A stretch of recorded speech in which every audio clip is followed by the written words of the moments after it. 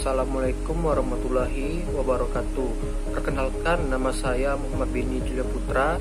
Saya dari kelompok 9. Nah, sebelum itu saya memperkenalkan teman-teman saya, yaitu Anissa Nur Hafifah, Risma Yulia, dan Sidi Rahmawati.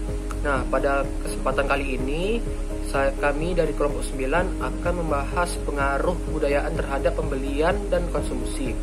Yang materi pertama yaitu pengertian kebudayaan. Nah, kebudayaan adalah kompleks dari pengetahuan, keyakinan, kesenian, moral, hukum, dan adat istiadat, dan semua kemampuan yang kebiasaan yang lain diperoleh seorang sebagai anggota masyarakat. Nah, dalam hal ini kebudayaan masyarakat juga sering disebut dengan peradaban, bahasa Inggris yang disebut dengan civilization. Dalam hal peradaban ini seringkali dikaji dalam masyarakat kota maju dan kompleks. Selain itu, peradaban yang luas meliputi pengetahuan dalam masyarakat, kepercayaan, dan lain-lain. Nah, budaya juga merupakan suatu pola hidup menyeluruh. Budaya bersifat kompleks, abstrak, dan luas. Banyak aspek kebudayaan yang turut menentukan perilaku komunikatif. Nah, materi selanjutnya akan dijelaskan oleh Risma. Kepada Risma dipersilakan.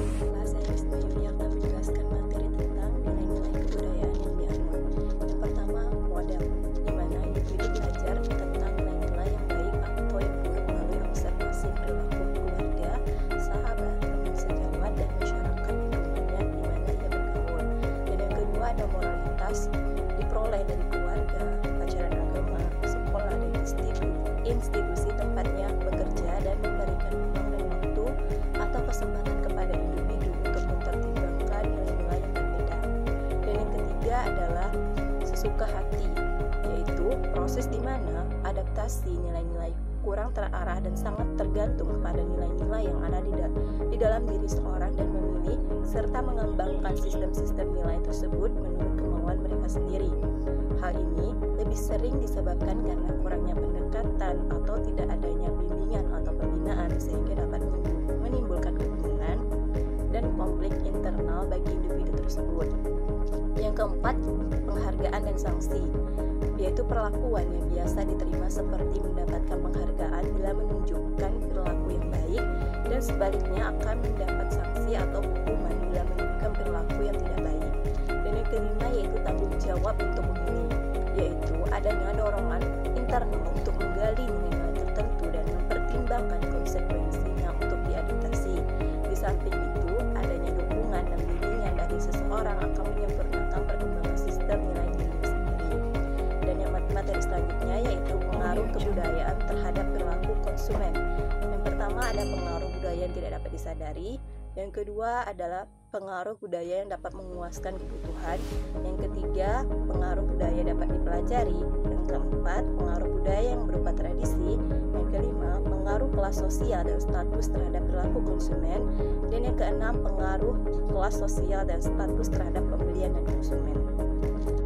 Baiklah, saya Cindra Muwati akan melanjutkan menjelaskan struktur konsumen.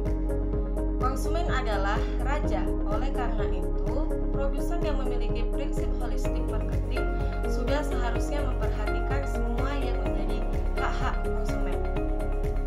Secara sistematis, struktur konsumsi yaitu menjelaskan bagaimana harga beragam sebagai hasil dari keseimbangan antara ketersediaan produk pada tiap harga atau penawaran dengan kebijakan distribusi dan keinginan dari mereka, dengan kekuatan pembelian pada tiap harga atau permintaan.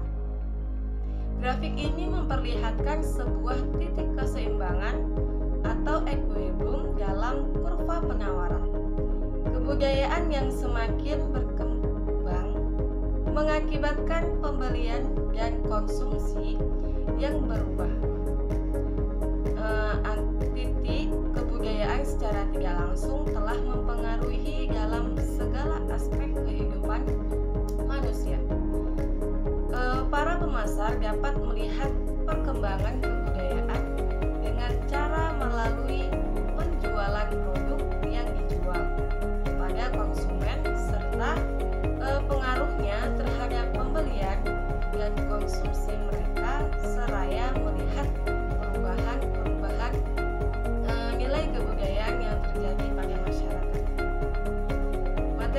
selanjutnya yaitu dampak nilai-nilai terhadap pemasaran. Yang pertama, kebutuhan konsep dasar yang melandasi pemasaran adalah kebutuhan manusia. Kebutuhan manusia adalah pernyataan dari rasa kehilangan, dan manusia mempunyai banyak kebutuhan yang kompleks. Semua kebutuhan berasal dari masyarakat konsumen. Bila tidak puas, konsumen akan mencari produk atau jasa yang dapat memuaskan kebutuhannya tersebut. Yang kedua, keinginan digambarkan dalam bentuk objek yang akan memuaskan kebutuhan mereka, atau keinginan adalah hasrat akan penawar kebutuhan yang spesifik. Masyarakat yang semakin berkembang, keinginannya juga semakin luas, tetapi ada keterbatasan dana, waktu, tenaga, maupun uang, sehingga dibutuhkan perusahaan yang bisa memuaskan keinginannya sekaligus memenuhi kebutuhan manusia dengan menembus keterbatasan tersebut. Rumah paling tidak meminimalisasi keterbatasan sumber daya. Yang ketiga, permintaan. Dengan keinginan dan kebutuhan secara keterbatasan sumber daya tersebut, akhirnya manusia menciptakan permintaan akan produk atau jasa dengan manfaat yang paling memuaskan.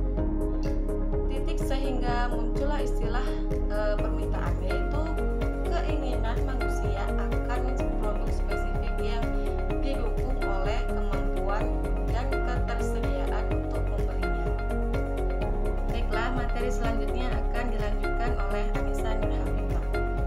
Perubahan nilai-nilai, yang mana dalam perubahan nilai-nilai ini ada 3 perubahan. Yang pertama, budaya merupakan konsep yang meliputi banyak hal atau luas. Ya, hal ini tersebut termasuk segala sesuatu dari pengaruh proses pemikiran individu dan perilakunya. Nah, yang kedua, budaya adalah hal yang diperoleh namun tidak memaksudkan mewarisi respon dan kecenderungan. Bagaimanapun juga bermula dari perilaku manusia tersebut. Kemudian yang ketiga, kerumitan dari masyarakat modern yang merupakan kebenaran budaya yang jarang memberikan ketentuan yang terperinci atas perilaku yang tepat. Selanjutnya ada perubahan institusi, yang mana budaya memberikan pengaruh paling luas dan dalam pada perilaku konsumen. Pengiklanan harus mengetahui peran yang dimainkan oleh budaya, subbudaya, dan kelas sosial pembelian. Budaya adalah penyebab paling berdasar dari keinginan dan perilaku seseorang. Budaya juga merupakan kumpulan nilai-nilai dasar, persepsi, keinginan, dan perilaku yang dipelajari oleh seorang anggota masyarakat dari keluarga dan lembaga penting lainnya. Nah, sekian dan terima kasih.